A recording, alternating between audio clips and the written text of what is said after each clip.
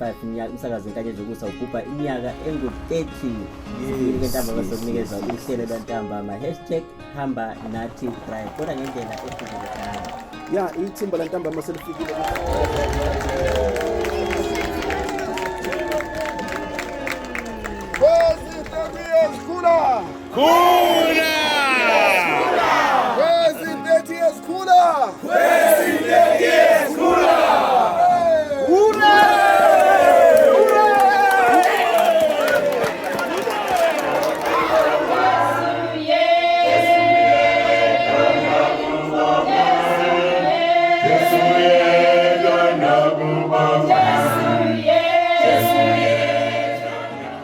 kakhulu sibonga umfundisi Stekeni owabeka indlebe wezwa uNkulunkulu emhola lapho ephezulu emoyeni endiza ngebhanoyi uNkulunkulu wakhuluma naye wabona imphefumulo eminingi engathola ivangeli wathi uNkulunkulu kwenzeke kanjani wathi uNkulunkulu ngcono kube khona ikhwezi ngalokho kubusiseka abaningi ngoba likwazi ukufinyelela kwabaningi.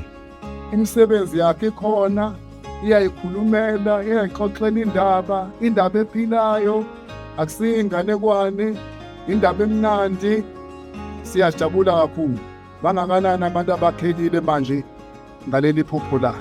Siyazi ukuthi ikhwezi ibe nendawo especial enhlizweni kaBaba.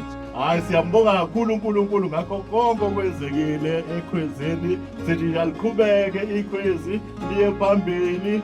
Kakhulu leshintshela impilo zabantu noma ulalela kukhona nje uhlelo lwengane lalithi sibancane siyakhonza ngangimdala kodwa ngangilithokozela. Happy birthday to you. Happy birthday to you. Happy birthday dear Kwezi. Happy birthday to you.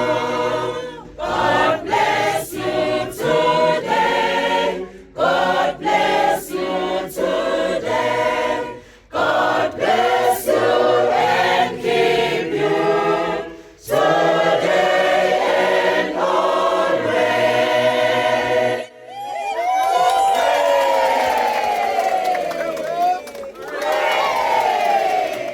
May this wonderful message continue to be spread over the whole world in the years to come.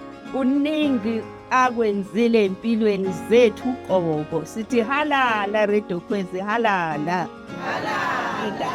sikwazi ukudlulisela ebantwini ukukhathazeka kwethu nokufisela kwethu ukusizakala kwabantu nokuthi ngamathuba esiwatholayo nala emsakazweni Ikhwezi siphumela ebantwini sikhuluma nabantu bayalithola usizo basishayela ucingo ngoba bezwe inhlelo namathuba esiwanikwayo sikhuluma la eKhwezini. We're here to congratulate our older brother and we thank them for the work that they are doing and we want to encourage them to continue the good work. Siyomakhelwane nje nasila eDomino siyabonga kakhulu ukuthi khona Dodo Station efana neKhwezi ephulisa abantu abancane ephulisa labantu abadala. Siyasiboneke isikhathi esiningi njengengane masidlulela nasibone imoto eningi makhona masikumbani sijabuliswe abantu abasuke behlangene ngakho siyabona indlela iKhwezi ethuthukisa ngakhona umphakathi.